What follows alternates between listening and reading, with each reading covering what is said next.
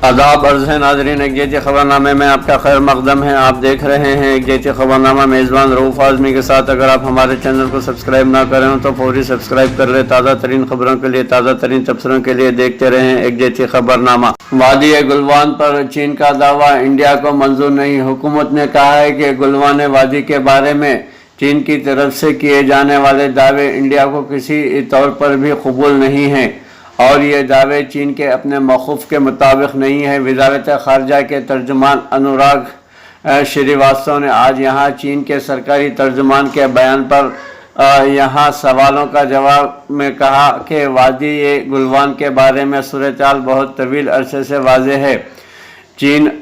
चीन अब line of actual control के बारे में हैरत अंगेज़ और ऐसे दावे कर रहा है जो गैर मुसद्दक़ा है और उन्हें कबूल नहीं किया जा सकता।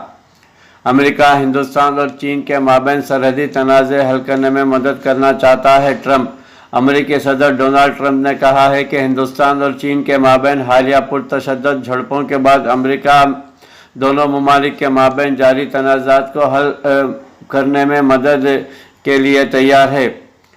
नाजरीन, कांगो के क्यू झील में कश्ती हादसे में 61 अफराद हलाक हो गए। कांगो की काबीना ने कहा है कि क्यू झील में होने वाले कश्ती हादसे में 61 अफराद हलाक हो गए हैं। ब्राज़ील में कोरोना से होने वाली अमवात की तादाद 50,000 तक पहुंच गई है। ब्राज़ील में गुज़िश्ता 24 घंटों के दौरान कोरोना वायरस से 1000 से ज़ायद अफराद की मौत हुई है और इस वबा से हलाकतों की मजमूई तादाद 50,000 के करीब पहुँच गई है और इस दौरान यहाँ पर तकरीबन 35,000 नए कोरोना वबा के मरीज़ भी दर्ज किए गए हैं।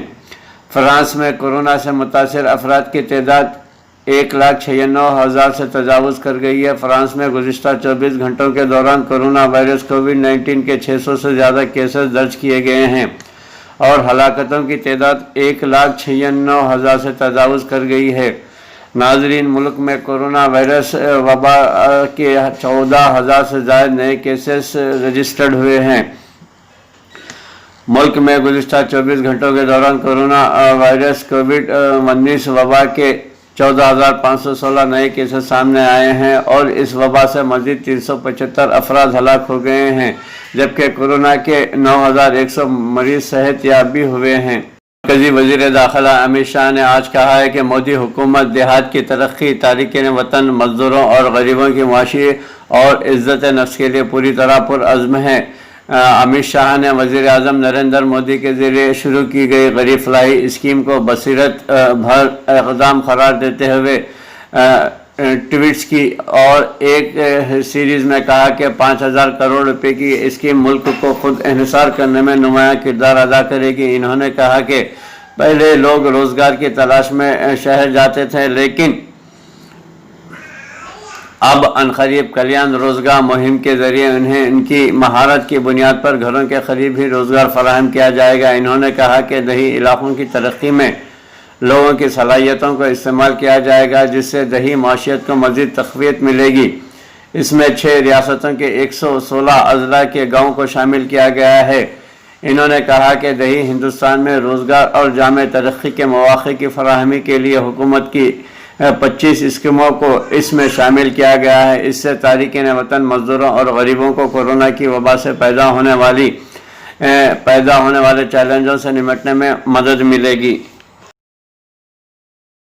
नेपाल ने हफ्ते के रोज़ चीन की कम्युनिस्ट पार्टी के साथ एक वर्चुअल मीटिंग की, जिसकी खुद नेपाल में ही तनकीद की जा रही है।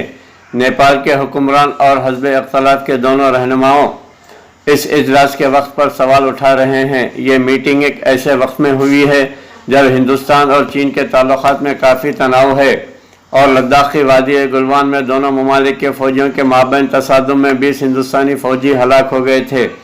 नेपाल कम्युनिस्ट पार्टी NCP वज़ारत ख़ारजा के नायब सरबराह सुरेंद्र कार्की ने खटमंडू पोस्ट को बताया कि हिंदुस्तान और चीन के माबैन तनाव जारी है, लेकिन हम इस तनाज़े में मुलव्विस मुल्क से मीटिंग कर रहे हैं।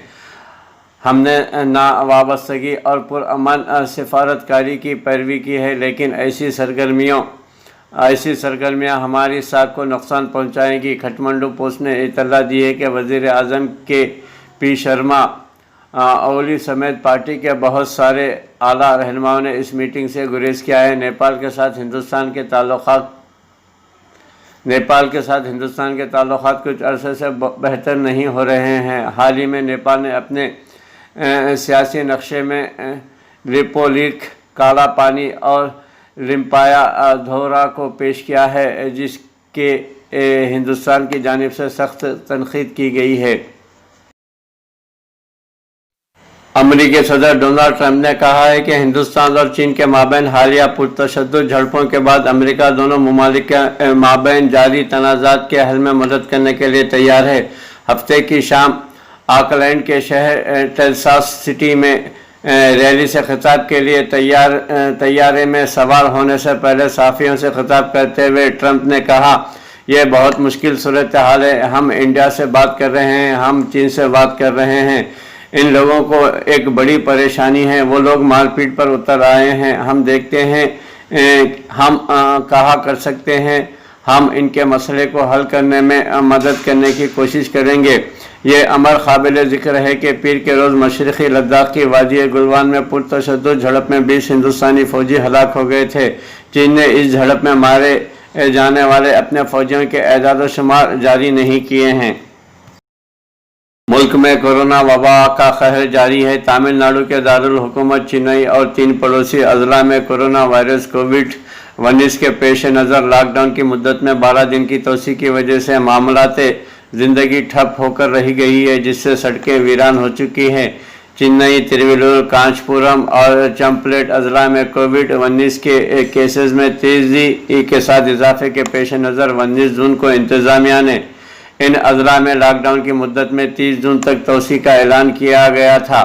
وزیر اعلیٰ ای کے پلانی سوامی نے ان مقامات پر 12 روز کا مکمل لاک ڈاؤن کا اعلان کیا تھا اور کہا تھا کہ 21 جون یعنی اتوار اور 28 جون تک مکمل لاک ڈاؤن رہے گا اور اس بات کو یقینی بنایا جائے گا کہ لوگ گھروں میں ہی رہیں اور اپنے آپ کو اس وبا سے محفوظ رکھیں اور اس وبا کے پھیلاؤ کو ہونے سے روکیں۔ وزیر اعلیٰ کے اعلان کے مطابق ان مقامات پر مکمل لاک ڈاؤن ہے اور معاملات زندگی مکمل طور پر ٹھپ ہو کر رہ گئی ہے۔ ان 12 ایام میں دودھ، میڈیکل اور ادویات کی دکانوں اور اسپتالوں کے علاوہ 20 دیگر ضروری خدمات کو مستثنی قرار دیا گیا ہے۔